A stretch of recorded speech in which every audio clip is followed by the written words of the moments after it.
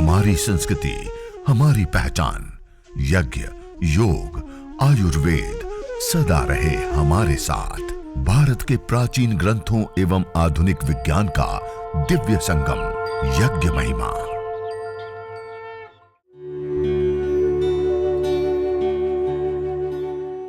भारतीय संस्कृति में यज्ञ, योग एवं आयुर्वेद जैसी अमूल्य विद्याएं हैं, जिसका मूल है वेद। इतिहास की ओर दृष्टि डालें तो भगवान राम, भगवान कृष्ण से लेकर राजा महाराजाओं, ग्रामवासियों व अरण्यवासी ऋषियों की कुटियों तक नित्य व नैमित्तिक यज्ञों का प्रचलन देखने को मिलता है।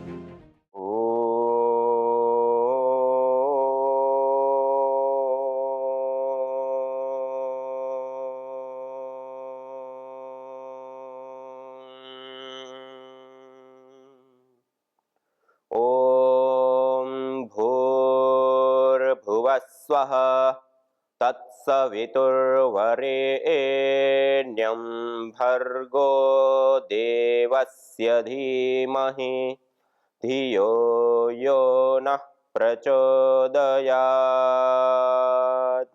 ओम शांति शांति शांति। ओम। सभी योगी साधक भाई बहनों को मैं प्रणाम करता हूँ, नमन करता हूँ, वंदन करता हूँ। हमारे आदरणीय गुजरात योगा बोर्ड को विशेष रूप से आगे बढ़ा रहे हैं, संचालित कर रहे हैं, जिन्होंने स्थापना से लेकर के आज पर्यंत पूरी संकल्प पूर्वक आगे बढ़ाया। हमारे आदरणीय भाई शिषपाल जी, जो अथक तप और पुरुषार्थ करते हुए संपूर्ण गुजरात को योगमय बनाने के लिए निरंतरता के साथ प्रयास और पुरुषार्थ कर रहे हैं, उनके पुरुषार्थ को नमन वंदन प्रणाम करते हुए आइए हम प्रतिदिन योग विद्या को जाने हैं, सीखे हैं।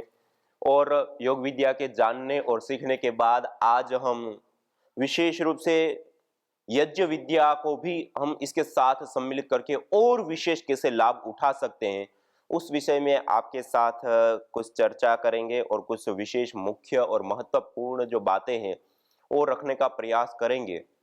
और आज विशेष करके कोरोना काल में भारत ही नहीं संपूर्ण विश्व में एक कहर मचा हुआ है। बहुत लोग भयभीत हैं, बहुत लोगों ने अपनी जान तक गंवा दी। आखिर हम अपने आप को कैसे सुरक्षित कर सकते हैं, अपने आप को कैसे बचा सकते हैं? केवल मास्क लगाना, 2 गज की दूरी, यही चीजें यदि पर्याप्त होती तो शायद इतने बड़े बड़े लॉकडाउन और इतनी सारी चीजें करने पर हमें कुछ परिणाम मिलता। लेकिन वो चीजें पर्याप्त नहीं है, उस चीज से ये नहीं रुकेगा या नहीं रुक रहा है, हम देख पा रहे हैं। तो हम क्या करें? अपने इम्यूनिटी सिस्टम को स्ट्रॉन्ग करें। हम क्या करें? अपने वायुमंडल से लेकर के, अपने घर से लेकर के सब चीजों को सैनिटाइज करें। तो आखिर ये सब कार्य कैसे सिद्ध हो? तो इसके लिए आज आप सब लोगों के बीच में यज्ञ, जो हमारे ऋषियों के द्वारा प्रदत्त प्राचीनतम विद्या, उस विद्या के बारे में कुछ आपको बताना चाहूंगा। देखिए, सुश्रुत संहिता के अंदर, चरक संहिता के अंदर और अलग अलग कई सारे ऐसे हमारे आयुर्वेद के ग्रंथ हैं। उन ग्रंथों में अलग अलग प्रकार की बीमारियां, अलग अलग प्रकार की जो समस्याएं, अलग अलग प्रकार के जो रोग और उपद्रव होते हैं, तो उनको कंट्रोल करने के लिए, उनको समाप्त करने के लिए, उनसे उभरने के लिए अलग अलग उपाय बताए। और उसमें 3 चिकित्सा पद्धतियां बताई। एक होती है मानुषी चिकित्सा, दूसरी होती है देवीय चिकित्सा और एक होती है आसुरी चिकित्सा। 3 प्रकार की चिकित्साएं इन उपद्रवों से निपटने के लिए हमें बताया। उसमें एक होती है मानुषी चिकित्सा, जो हम आसव, अरिष्ट, वटी से लेकर के अलग अलग प्रकार की औषधि आदियों का सेवन करते हैं, जो मनुष्यों के द्वारा बनाई गई। और दूसरी जो विशेष चिकित्सा है वह है देवीय चिकित्सा, जो यज्ञ, हवन, अग्निहोत्र को कहते हैं। और आयुर्वेद ग्रंथों में कहा कि जिन रोगों का कोई उपचार नहीं है जो अकंट्रोल अवस्था में है।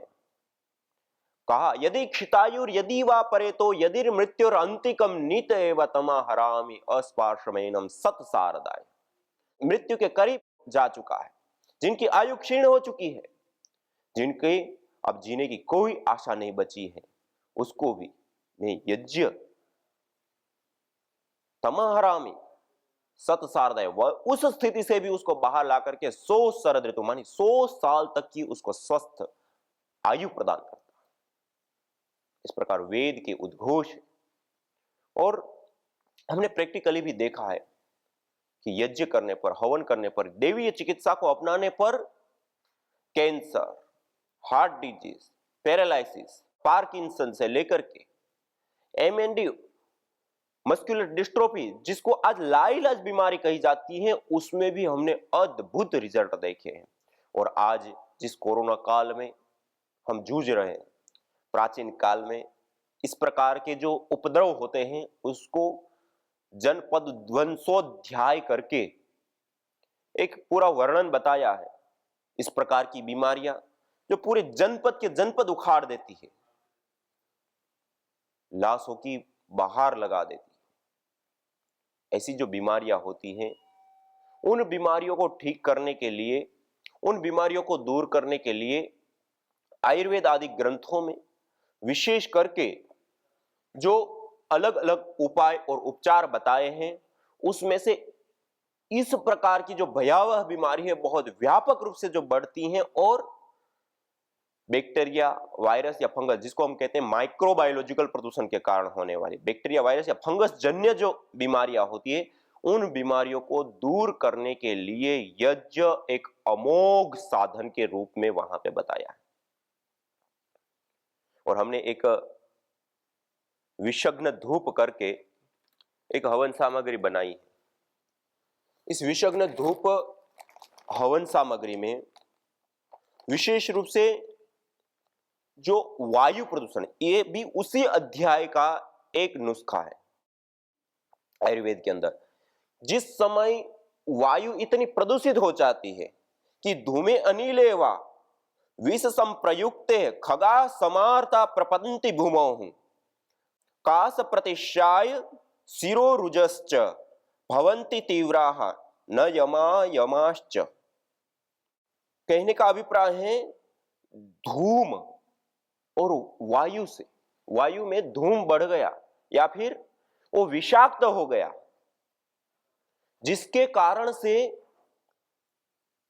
वायु में जो पंछी उड़ रहे हैं वो थक जाते हैं, नीचे गिर पड़ते हैं, लोगों को गले में खराश, गले में जलन, नासिका में जलन और जुकाम, नजला,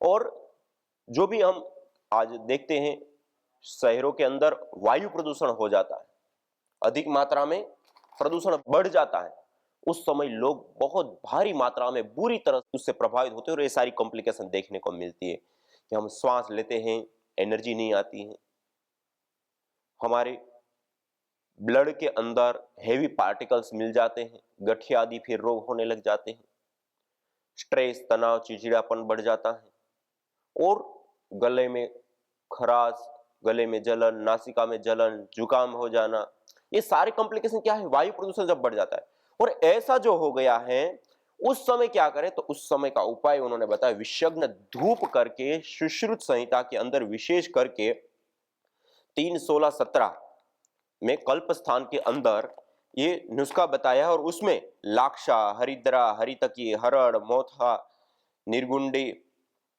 इलायची, तेजपत्र, तगर, पुष्कर मूल आदि कुछ ऐसी औषधियां बताई। उन औषधियों का सम्मिश्रण करके उसको अंगारों के ऊपर भी डालना और उससे को जलाना, अर्थात हवन करना मंत्रोच्चार पूर्वक, ये उपचार बताया जब वायु प्रदूषित हो जाने के बाद जब होता है। ऐसे ही और दूसरे नुस्खे हैं जो माइक्रोबायोलॉजिकल प्रदूषण बढ़ गया है, जैसे आज वर्तमान में कोरोना वायरस, तो इस समय हम क्या करें, तो उसके लिए भी आयुर्वेद आदि ग्रंथों में बहुत सारे प्रकार के अलग अलग शास्त्रों में अलग अलग नुस्खे बताए। और ये यज्ञ योग आयुर्वेद चिकित्सा पुस्तक में हमने इसका संकलन करते हुए करीब 15 आयुर्वेद ग्रंथों के अंदर यज्ञ चिकित्सा और धूम्र चिकित्सा के विषय में जो गहन और व्यवहारिक नुस्खे जो बताए हैं, उन सब का हमने इसमें सम्मिश्रण करके ये उपलब्ध कराया है। उसमें रोगानुसार योग, रोगानुसार आयुर्वेद और रोगानुसार यज्ञ, ये तीनों ही चीजें इस पुस्तक के अंदर आपको सरल सहज रूप में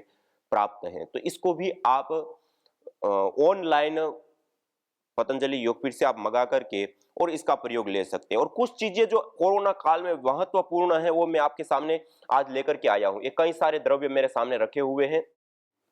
इसमें हमें इस माइक्रोबायोलॉजिकल प्रदूषण से बचने के लिए, जैसे मैंने कहा वायु प्रदूषण से बचने के लिए विषग्न धूप है, ऐसे ही हमने इसका माइक्रोबायोलॉजिकल एक्टिविटी भी पूरी देखी हुई है।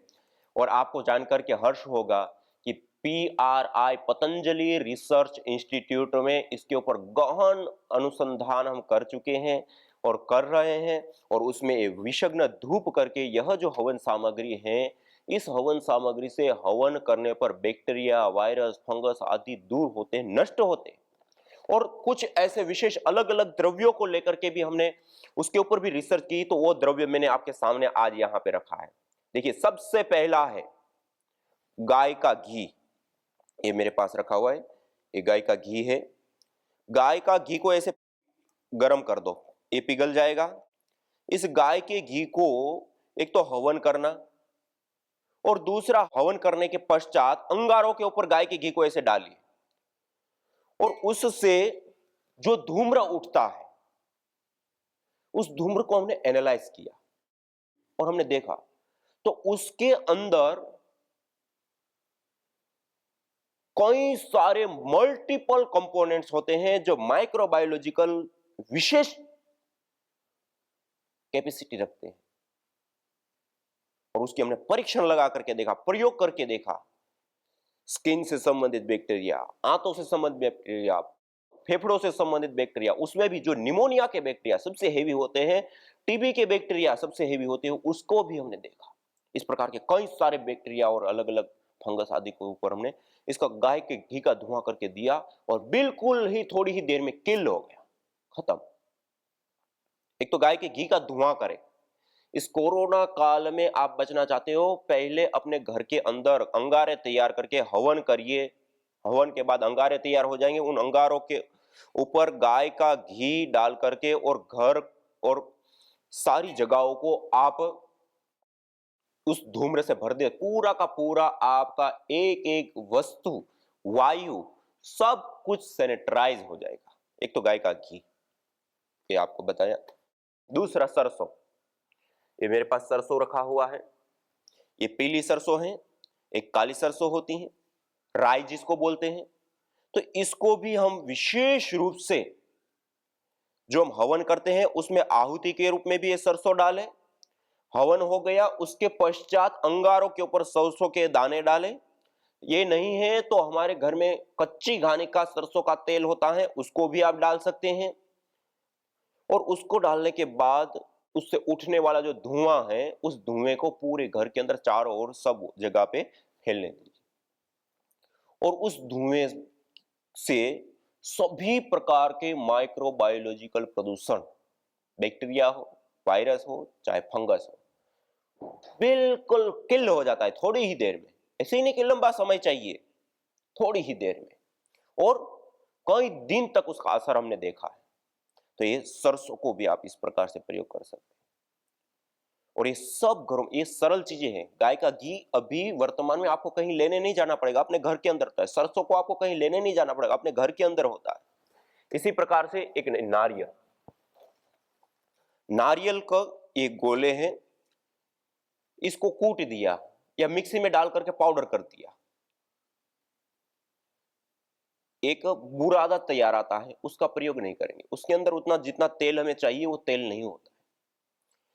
गोला लीजिए, इसकी चिप्स काट करके आप अंगारों के ऊपर डाल दीजिए और अग्नि में भी जलाइए। आहुति देते हैं उसमें सामग्री में मिला सकते हैं। अन्यथा इसको थोड़ा सा मिक्सी में घुमा करके लुगदी सा बना दिया और उसको अंगारों के ऊपर गाय के घी के साथ या खाली इसे ही डाल दीजिए, खाली नारियल।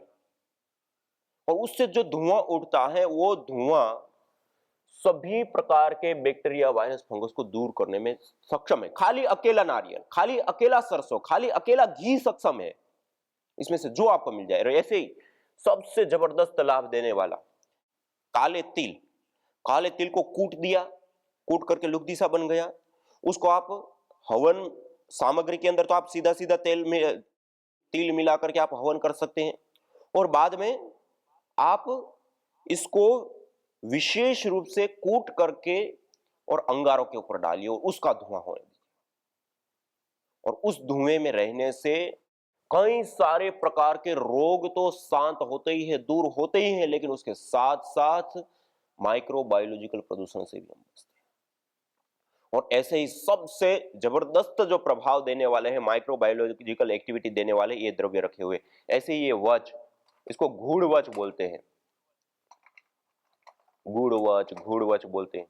ये वच को आप अग्नि में आहुति में भी दे तो ये सुगंधित भी होता है, उन्माद, पागलपन, स्ट्रेस, तनाव, चिड़चिड़ापन उनको भी दूर करने वाला होता है, साइनस की प्रॉब्लम को दूर करने वाला होता है, और भी कई सारे इसके लाभ है वच के। और इसको जब अंगारों के ऊपर डालते हैं और इसका जो धुनी होती है, धूम्र होता है वच का, वो भी जबरदस्त रूप से माइक्रोबायोलॉजिकल प्रदूषण को दूर करने वाला धुआं होता है वच। ये भी वच का भी हमने पतंजलि योगपीठ से पूरा पैकेट ही अलग से बनाया हुआ है, प्योर वच और कुछ नहीं, प्योर वच का भी, तो इसको भी आप ले सकते हैं। और एक कुड़ा छाल, जिसको कुटज भी बोलते हैं, ये उसकी छाल होती है, उसकी छाल को, एक कड़वा होता है, बहुत तेज कड़वा होता है, जैसे चिरायत आदि हम देखते हैं, इसको जलाने पर भी विशेष रूप से माइक्रोबायोलॉजिकल इसमें एक्टिविटी प्राप्त हुई इसके धूम्र से। तो ये 4-5 चीजें जो मैंने व्यवहारिक है, सब जगह पे उपलब्ध है, उसमें जैसे वच और कुटज थोड़ा सा उपलब्ध होने में आपको कोई पंसारी की दुकान पे जाना पड़ेगा, लेकिन काले तिल आपको किराना की दुकान पे मिल जाएगा, अपने घर में थोड़ा बहुत तो रहता ही है, नारियल घर में होता ही है, सरसों घर में छोक आदि लगाते हैं, अपने घर में होता ही है, इसी प्रकार से गाय का घी अपने घर में होता ही है। तो इन चीजों का प्रयोग करें। और एक गुग्गुल, ये मेरे सामने रखा, ये गुग्गुल इन धुनियों को करने के बाद, देखिए किसी को कोरोना हो गया है, उसके बाद पहले आप यज्ञ कीजिए, यज्ञ में विशेष रूप से सरसों का प्रयोग कीजिए, और बाद में अंगारों के ऊपर भी सरसों डालिए या सरसों का तेल डालिए, उसका गाढ़ा धुआं करिए, और उसमें भस्त्रिका, अनुलोम विलोम, भ्रामरी आदि थोड़ी देर कीजिए, 5-7 मिनट हल्के गाढ़े धुएं में। उसके बाद आप गाय का घी डालिए, उसके गाढ़े धुएं में 5 मिनट के करीब आप इस प्रकार भस्त्रिका आदि लंबे गहरे श्वास की प्रक्रिया कीजिए, और उसके बाद गुग्गुल डालिए, और गुग्गुल की धुनी में फिर आप अनुलोम विलोम, भस्त्रिका आदि प्राणायाम जो भी लंबे समय तक आप करना, लेकिन 5 मिनट सरसों और 5 मिनट गाय के घी की धुनी, और बाद में गुग्गुल की। इस प्रकार करने पर जिनको कोरोना हो गया है, अब गंध भी नहीं आ रही है, सिर का भारीपन है, वो सारी चीजें केवल हमने कई सारे लोगों को देखा, केवल 3 दिन के अंदर रिपोर्ट भी नेगेटिव, गंध भी आने लग जाती है, और कॉम्प्लिकेशन भी समाप्त, सिर दर्द, भारीपन, ये वो, बुखार। और बुखार भी जिसको बहुत ज्यादा आ जाता है कोरोना काल में, तो उसके लिए भी आयुर्वेद ग्रंथों के अंदर, धूम्र चिकित्सा प्रकरण के अंदर विशेष करके कई सारे ऐसे ज्वर को दूर करने के उपाय बताए, और इसको हमने कई सारे इस कोरोना काल में लोगों को दिया, और उन्होंने जो प्रयोग किए उसमें वच, कूट, गुग्गुल, नीम पत्र, इनको कूट करके पाउडर बना दिया, और शहद के साथ मिला करके हल्का सा गीला कर दिया, और उसको अंगारों के ऊपर डालिए, अंगारों के ऊपर डालना है उसको, अंगारों के ऊपर डाल करके, और उससे जो उठ रही धुनी है उसमें बैठिए, उसमें प्राणायाम कीजिए, उसमें योगाभ्यास कीजिए, आपका बुखार भी दूर हो जाएगा। तो ये कुछ जो कोरोना से हमें बचा सकती हैं, ऐसी कुछ औषधियों के विषय में आपके सामने रखा। आप अपने घर के अंदर ये जरूर करें। पहले हवन कीजिए, जैसे आज मैं आपको थोड़ा सा बताऊंगा कि हमें हवन कैसे करना है, हल्की सी सरल सी जो विधि है, उस विधि से हम हवन भी करेंगे, और हवन के साथ साथ हम विशेष रूप से कोरोना से कैसे बच सकते हैं उस विषय में आपके सामने कुछ बताया। देखिए, हवन करने के लिए छोटी छोटी संविधा, आपके पास कुंड नहीं है तो आप कोई प्लेट ले लीजिए, उसके ऊपर थोड़े से पत्थर, कंकड़ आदि या रेत रख दीजिए धोल करके, इस प्रकार नीचे छोटी छोटी संविधा रख दी, उसके ऊपर मैंने थोड़ी सी रुई रखी है, और उसके ऊपर गाय का घी डाल दिया है, और फिर 2 समिधाएं खड़ी रखी है, उसके ऊपर भी गाय का घी डाला हुआ है। आज पूरी दुनिया में केवल वायु प्रदूषण से प्रतिवर्ष 70 लाख से अधिक लोग मौत के मुंह में समा जाते हैं। प्रकृति के साथ मनुष्य के ऊपर भी अब खतरे की घंटी बज चुकी है। विकास की दौड़ में हम प्रकृति का जतन करना भूल गए हैं। मनुष्य अन्न के बिना 3 महीने, पानी के बिना 3 सप्ताह जीवित रह सकता है, परंतु हवा के बिना 2 मिनट भी नहीं। वही हवा जो जीवन देती है आज जानलेवा हो गई है, जिसका समाधान है यज्ञ एवं वृक्षारोपण। वेद का उद्घोष है, अयम यज्ञो भुवनस्य नाभिः। यज्ञ पंचभूतात्मक देह से लेकर ब्रह्मांड तक में स्वास्थ्य एवं संतुलन को कायम करता है। वैज्ञानिक शोध दर्शाते हैं कि यज्ञाग्नि में उत्तम गुणवत्ता युक्त घृत, जड़ी बूटियां एवं समिधा आदि की मंत्रोच्चारण पूर्वक आहुति देने पर वो द्रव्य अत्यंत सूक्ष्म व आरोग्य वर्धक होकर हमें स्वास्थ्य एवं दीर्घायुष्य प्रदान करता है। यज्ञ भारतीय संस्कृति की मुकुट मणि है, प्रतीक है, मूल है। मानव जीवन के हर पहलू के साथ यज्ञ जुड़ा हुआ है, चाहे वह संस्कार, चाहे पूजा पाठ या फिर पर्व से लेकर हर शुभ अशुभ अवसरों में भी यज्ञ करने की सार्वभौमिक, वैज्ञानिक एवं पंथ निरपेक्ष पावनी परंपरा रही है। आइए हम संकल्प लें, संसार के श्रेष्ठतम कर्म यज्ञ को अपनाएं। पिंड और ब्रह्मांड में संतुलन कायम करने वाले यज्ञ को अपने जीवन का अभिन्न अंग बनाएं एवं प्रकृति मां के प्रति अपने ऋणों को अदा करें। विश्व स्वास्थ्य का एक नारा, यज्ञ से होगा जग उजियारा।